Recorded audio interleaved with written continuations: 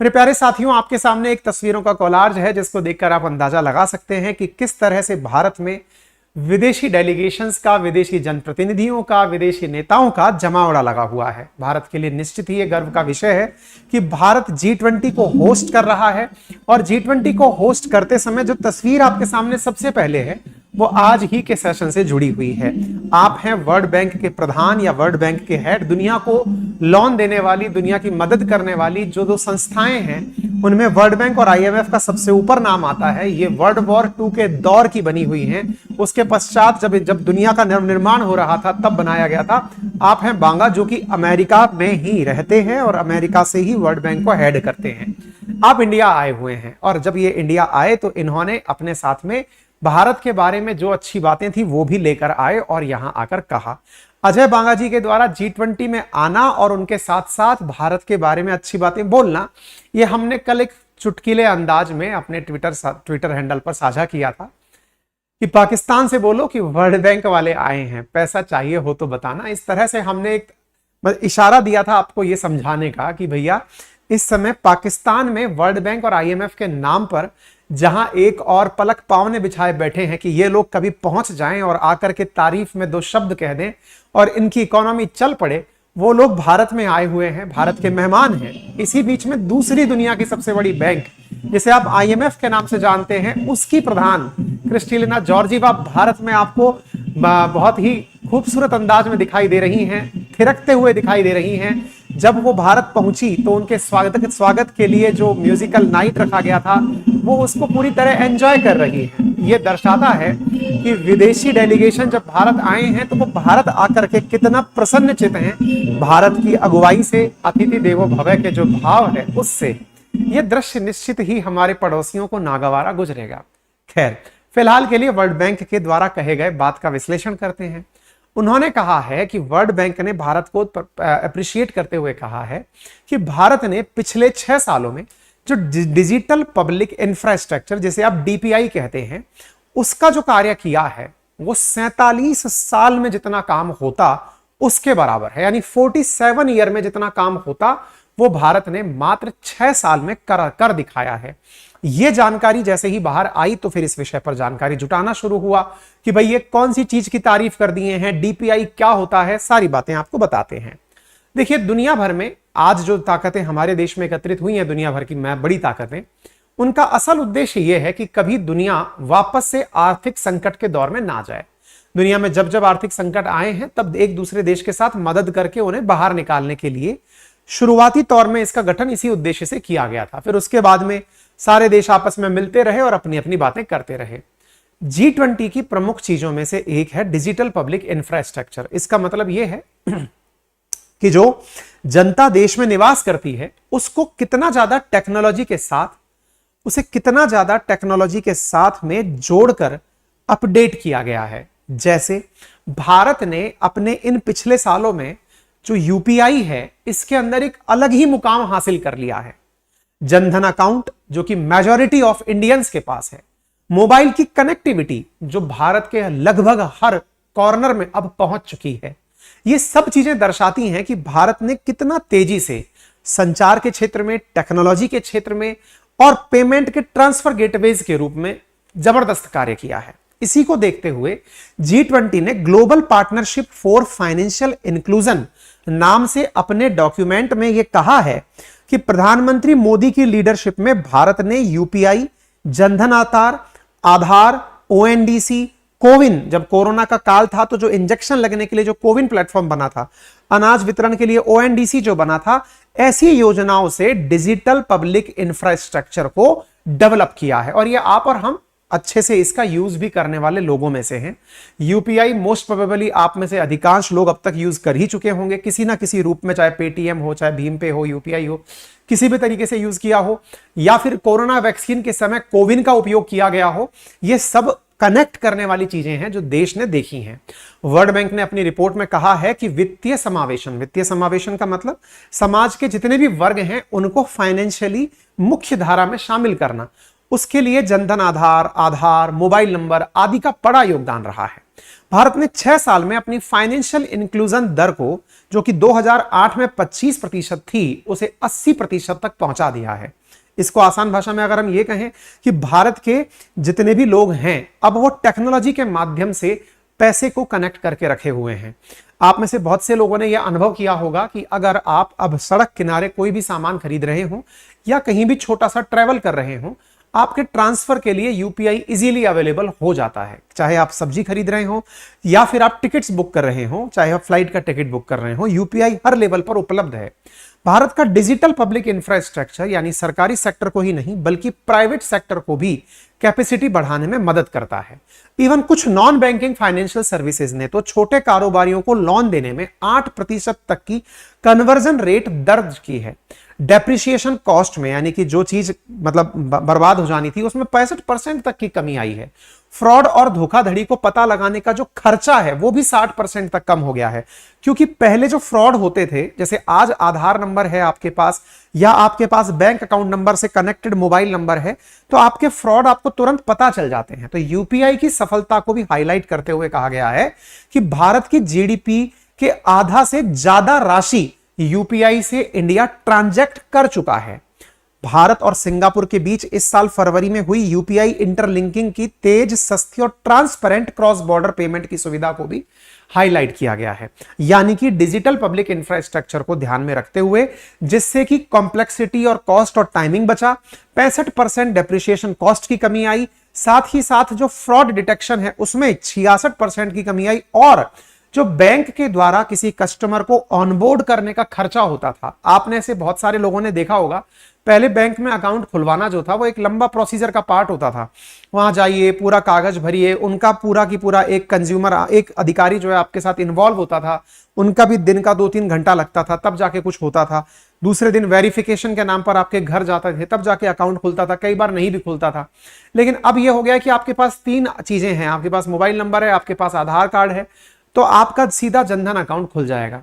अब जनधन आधार मोबाइल का जो ये कनेक्शन बनकर, जो जैम ट्रिनिटी बनकर आई है, इसने अकाउंट खोलने की जो कीमत है ना, उसमें 23 बिलियन से कम, मतलब कॉस्ट $23 से खर्चा घटा करके $0.1 का खर्चा ले आई है। यानी कि एक प्रकार से कई गुना इस खर्चे में कटौती देखी गई है। भारत ने पिछले 6 सालों के अंदर जो financial inclusion Jan Dhan Aadhaar mobile के थ्रू देखा है, उसमें 3 गुना बढ़ोतरी दर्ज की गई है। साथ ही साथ सरकार के द्वारा जो बेनिफिट पहुंचाने का प्रयास किया जाता है, चाहे डिजिटल आर्किटेक्चर हो या 361 बिलियन डायरेक्ट पैसे का ट्रांसफर हो, इनके बारे में गजब की तारीफ वर्ल्ड बैंक के द्वारा भारत के लिए की गई है।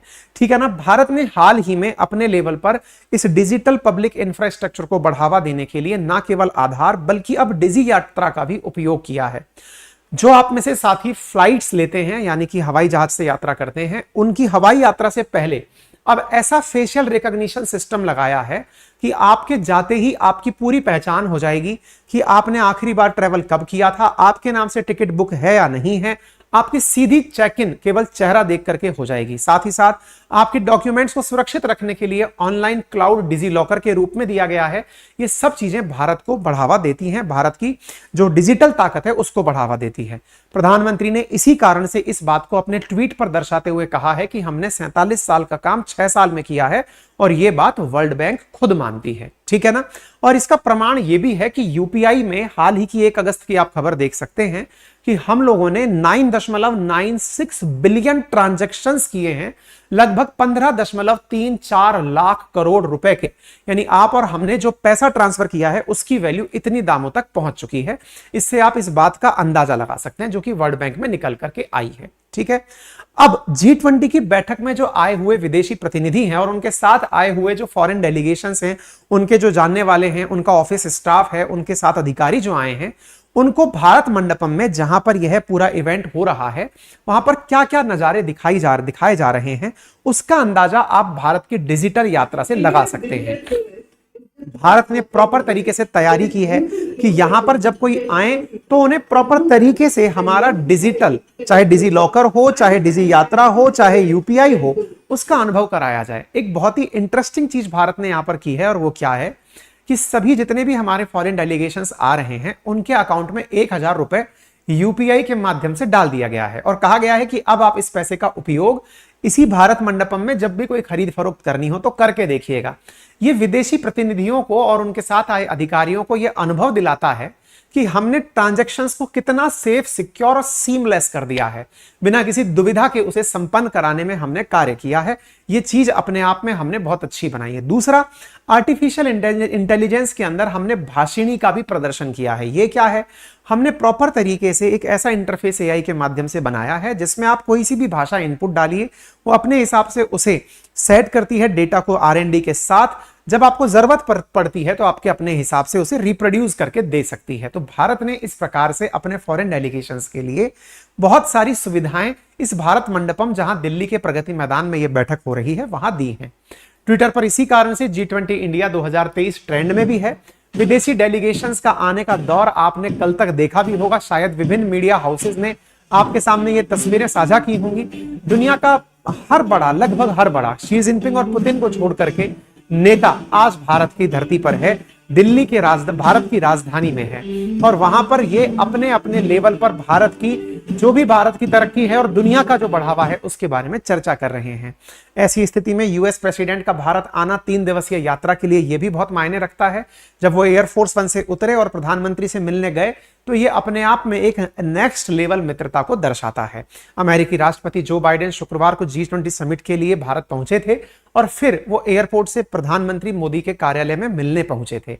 इन दोनों के बीच में क्या डील हुई वो आने वाले समय पर भी हम बताएंगे। इस बात को लेकर के व्हाइट हाउस के द्वारा अपना एक जॉइंट स्टेटमेंट भी जारी किया गया है। प्रधानमंत्री से मिलने गए हुए जो बाइडेन को आप इन तस्वीरों के माध्यम से देख सकते हैं कि यह दृश्य कितना मतलब अपने आप में भारत के लिए एक बहुत बड़ा मोमेंट बनता है। विशेष रूप से तब जब भारत के अंदर जनप्रतिनिधि आते हैं या फिर विदेशी राष्ट्र अध्यक्ष आते हैं तो एक राष्ट्र अध्यक्ष के लिए भी तैयारियां लगती हैं। आज दुनिया के ऑलमोस्ट बड़े से बड़े जो लोग हैं वो भारत में हैं और ऐसी स्थिति में उनका भारत होना एक अपने आप में अलग ही लेवल पर है। ऋषि सुनक जो है वो जो प्रधानमंत्री हैं ब्रिटेन के, आप भी यहां पर पहुंचे। साथ ही साथ उनके साथ में मॉरिशस, बांग्लादेश, इनके प्रधानमंत्री भी भारत पहुंचे हैं।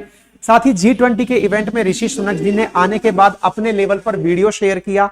अब उनका जो यहाँ पर आगमन हुआ उसके बारे में उन्होंने बताया कि वो कैसे यात्रा किए। साथ में उन्होंने ये भी बताया कि वो अपने देश में खालिस्तान को नहीं पनपने देंगे, इस प्रकार के एक्सट्रीमिज्म को वो बिल्कुल भी स्थान नहीं देते हैं। ये अपने आप में एक बड़ी बात है।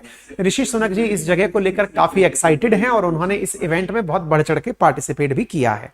इसके साथ साथ भारत ने भारत मंडपम में यानी प्रगति मैदान के उस स्थान पर जहां ये मीटिंग चल रही है वहां पर कई टेक्नोलॉजी की चीजें भी प्रदर्शित की हैं। ऐसी स्थिति में भारत मंडपम में एंट्री लेने से पहले एआई का एंकर लगाया गया है। साथ ही साथ भारत ने वॉल ऑफ डेमोक्रेसी लगाई है। वॉल ऑफ डेमोक्रेसी का मतलब क्या है?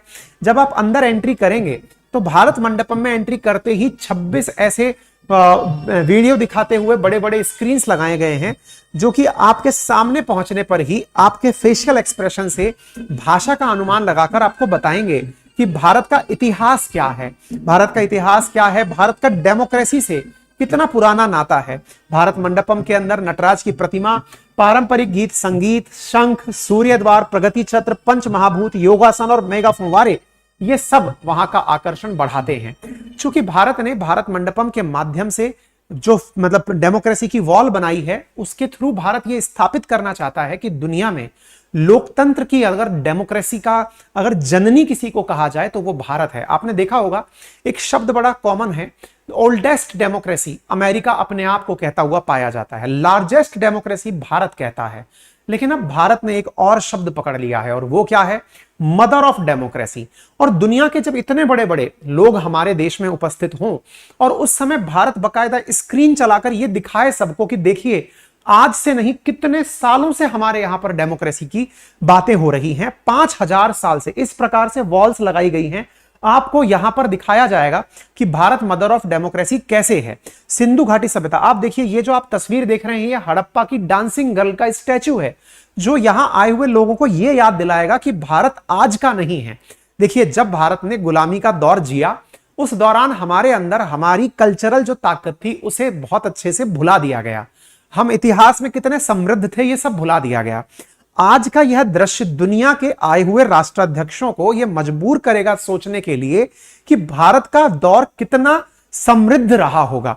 आप सोचिए, भारत ने अपने इस पूरे की पूरे मतलब जो वो बनाया है, इसके अंदर डिस्प्ले लगाया है, उसमें सिंधु घाटी सभ्यता, वैदिक काल, रामायण, महाभारत, महाजनपद, गणतंत्र, जैन धर्म, बौद्ध धर्म, कौटिल्य और अर्थशास्त्र जो कि भारत के मतलब सिग्नेचर्स हैं, मैगस्थनीज, सम्राट अशोक, फाहियान, पाल साम्राज्य के खलीमपुर ताम्रपत्र, श्रेणी संघ, तमिलनाडु का प्राचीन शहर उरीथा मेरू, लोकतंत्र का दार्शनिक आधार, कृष्णदेव राय, अकबर, छत्रपति शिवाजी, स्थानीय स्वशासन, भारतीय संविधान, आधुनिक भारत में जो चुनाव हैं, इनको शामिल किया है इस डिस्प्ले में। मेरे प्यारे साथियों, इसको आपको समझना बहुत जरूरी होगा कि आज का जो कनकरेंट इतिहास हम लोग पढ़ते हैं, आधुनिक भारत का जब इतिहास की हम चर्चा करते हैं, तो हमें ज्यादा से ज्यादा ब्रिटिशर्स के द्वारा भारत को क्या दिया गया यही याद रहता है। और कारण भी हो सकता है कि हमारे पास लिटरेचर का भी अभाव रहा हो। हमें ब्रिटिशर्स ने जो दिया वो तो याद है कि ब्रिटिशर्स ने ये लोकतंत्र के अंदर ये जो संसदीय व्यवस्था है ये हमें दी, हमने राष्ट्रपति का पद फलाना समय, ये सब हम चीजें दुनिया में से इससे हमने ये लिया, इससे हमने ये लिया, लेकिन ओरिजिनली हम क्या हैं ये दिखाने के लिए यह चीज अपने आप में बहुत ज्यादा मायने रखती है। इवन इस बात को दर्शाने के लिए हमने साथ में टेक्नोलॉजी भी इनबिल्ट की है। यानी कि अगर आप इस डिस्प्ले के सामने जाकर खड़े होंगे तो ये बुद्ध धर्म के, बौद्ध धर्म के बारे में बताएंगे, और यहां पर जो ऑडियो है वो सीधा आपको आपके फेशियल एक्सप्रेशन से पहचान करके कि आप किस भाषा को समझेंगे वो अकॉर्डिंगली आपको आंसर देगा ऑटोमेटिक। 16 भाषाएं इन डिस्प्लेज को पता है और अपने बारे में ये सारी जानकारी देने वाले हैं। यानी भारत ने ना तो पास्ट को छोड़ा है और ना भविष्य को छोड़ा है, और हम दोनों को साथ लेकर चल रहे हैं। इस प्रकार का दृश्य यहां पर है। साथ ही साथ हमने यहां एंट्री करते ही डोर पर एक फेशियल एक्सप्रेशन को पहचानने वाला एआई होलोबॉक्स भी रखा है। ये एआई एंकर है, आर्टिफिशियल इंटेलिजेंस से बना हुआ एंकर है। जब आप एंट्री करेंगे तो ये आपको बोलता है नमस्ते, भारत में आपका स्वागत है।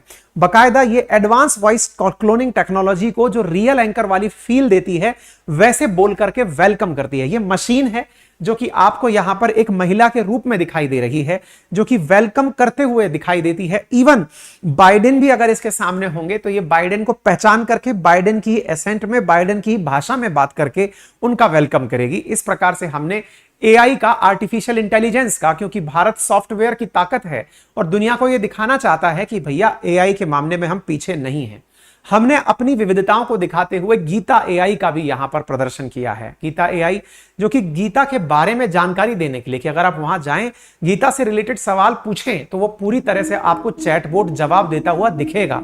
इस प्रकार से हमने यहां पर गीता एआई का भी उपयोग किया है, ठीक है ना। इसके साथ साथ शाम को जब लोग होंगे फ्री तब म्यूजिकल जर्नी ऑफ इंडिया दिखाई जाएगी। 78 कलाकार इसके अंदर परफॉर्म करेंगे। शाम 6 से 7 और बाद में 7 से 8 भारत का वाद्य दर्शनम कार्यक्रम होगा, जिसमें ट्रेडिशनल भक्ति संगीत को दिखाया जाएगा। कुल मिलाकर 990 करोड़ की लागत इस कार्य के अंदर आई है, जिसके अंदर भारत के अंदर विदेशी जो वो आ रहे हैं। अब एक और चीज इन दिनों बहुत बढ़िया वायरल हो रही है, और वो क्या है, प्रधानमंत्री मोदी कोणार्क का जो सूर्य मंदिर है उसकी जो सूर्य घड़ी है उसके सामने विदेशी डेलीगेशंस का वेलकम कर रहे हैं। अगेन आप में से बहुत सारे लोग इन विषयों पर अपनी राय रख सकते हैं, लेकिन जो सबसे बड़ी राय रखने की है वो ये कि प्रधानमंत्री अगर इसके सामने खड़े होकर के उन्हें बता रहे हैं कि हमारे पास सन 1300 से एक ऐसी घड़ी उपलब्ध है जो सूर्य की चाल देख करके ये बता सकती है कि टाइम क्या होगा, तो ये बात कितनी बड़ी है। जब ये सारे के सारे पश्चिमी देश अपनी टेक्नोलॉजी को लेकर समझते हैं कि इनके पास टेक्नोलॉजी है, इन्होंने घड़ी की खोज करी। हमारे समय, हमारे देश में आज से लगभग 700 साल पहले हमारे इतने यहां पर डेवलप्ड लोग थे कि वो इसको फील को सूर्य के साथ मैच करके बता दिया करते थे कि इस समय टाइम ये हो गया है। इससे होगा ये कि जो विदेशी डेलीगेशंस भारत में हैं, उनके साथ साथ उनके देश की जो मीडिया आई है, उनके मन में इन जगहों को जानने की जिज्ञासा बढ़ेगी, और जितनी जिज्ञासा बढ़ेगी भारत में टूरिज्म बढ़ेगा, बढ़ चढ़ करके ये लोग भारत में पार्टिसिपेट करने पहुंचेंगे। तो आप ये तस्वीरें देख सकते हैं किस प्रकार से कोणार्क चक्र को हमने यहां पर प्रेजेंट किया। यानी एक प्रकार से भारत के इस भारत मंडपम में वो सारी चीजें डिस्प्ले में रखी गई हैं जिन्हें आने वाले समय में दुनिया के लोग टूरिज्म के लिए देखने आएंगे। साथियों, दुनिया के बहुत से देश आज टूरिज्म से ड्रिवन इकोनॉमी बन चुके हैं। फिर चाहे यूएई के अंदर दुबई हो, या फिर फ्रांस, स्विट्जरलैंड, या यूरोपियन बहुत सारी कंट्रीज, वो चाहते हैं कि टूरिज्म उनका यहां चलता रहे तो उन्हें ऑटोमेटिक कमाई होती रहेगी। ऐसी स्थिति में भारत के पास इतनी सांस्कृतिक धरोहरें हैं कि अगर हम इनका डिस्प्ले भी करें तो दुनिया वाले टूरिस्ट हमारे पास आते रहेंगे, और हमने वही सारा प्रयास इस कार्यक्रम के माध्यम से किया है। साथ ही साथ आप देख सकते हैं कि यहां पर पहुंच चुके हैं सरगेई लैवरोव यानी रूस के विदेश मंत्री, और उनका भी स्वागत भारत प्रधानमंत्री के द्वारा किया गया है। प्रधानमंत्री के द्वारा यहां पर भारत की प्रेसिडेंसी का पूरी दुनिया का आह्वान करता है कि हम मिलकर सबसे पहले इस ग्लोबल ट्रस्ट डेफिसिट को एक विश्वास, एक भरोसे में बदले। ग्लोबल ट्रस्ट डेफिसिट को, यानी कि दुनिया में जो अविश्वास का भाव पैदा हुआ है, इसे विश्वास से रिप्लेस करें, प्रधानमंत्री ने यह कहते हुए इसका स्वागत किया। हालांकि इस पूरी तस्वीर में यह वाली चीज जो है यह भी काफी ज्यादा हाईलाइट हो रही है कि प्रधानमंत्री ने इंडिया की जगह यहां पर भारत लिखा है। इसको लेकर के भी काफी ज्यादा इस समय पर अपोजिशन हमलावर हो रहा है। एनीवे, खैर राजनीति है, राजनीति का ध्यान है कि वो इन चीजों में बताएं कि क्या चीज सही क्या चीज गलत। उम्मीद है कि आप लोग इस बारे में अच्छे से समझ रहे हो कि क्या चल रहा है, कैसे चल रहा है। इंटरेस्टिंगली एक चीज यहां पर और हुई है, और वो ये है कि भारत ने अफ्रीकन देशों का भी प्रतिनिधित्व G20 में हो, इसके लिए अफ्रीका के जो प्रेसिडेंट हैं, यानी कि ऑफिशियली G20 के अंदर अफ्रीका के भी प्रतिनिधि बैठे, इसके लिए इनवाइट किया। जयशंकर साहब जाकर के कॉमरोस के प्रेसिडेंट को, जो अफ्रीकन यूनियन के चेयरमैन हैं, उन्हें लेकर आते हैं और उनका वेलकम करते हैं। आप देख सकते हैं कि ये वो ऐतिहासिक क्षण है जब अफ्रीका को प्रतिनिधित्व दिलाने के लिए, ये मंडपम के अंदर का दृश्य है, चारों तरफ दुनिया के बड़े सेलिब्रिटीज बैठे हुए हैं, यहां पर बड़े राष्ट्राध्यक्ष बैठे हुए हैं, और यहां पर जो अफ्रीकन यूनियन के प्रेसिडेंट हैं वो जाकर के प्रधानमंत्री से गले लगते हैं। और यह दृश्य इसलिए मायने रखता है क्योंकि भारत अफ्रीका को भी प्रतिनिधित्व देना चाहता है G20 के अंदर, और भारत ने इसकी पहल की है जिसका कि समर्थन किया गया है। आप देख सकते हैं अफ्रीकन यूनियन के नाम से सीट रखी गई और इसके लिए उन्हें बिठाया गया। और भी जो भी अपडेट होंगे वो हम आपको आने वाले समय पर अपने सेशंस के माध्यम से देते रहेंगे। बाकी आपकी इस विषय पर क्या राय है जरूर बताइएगा।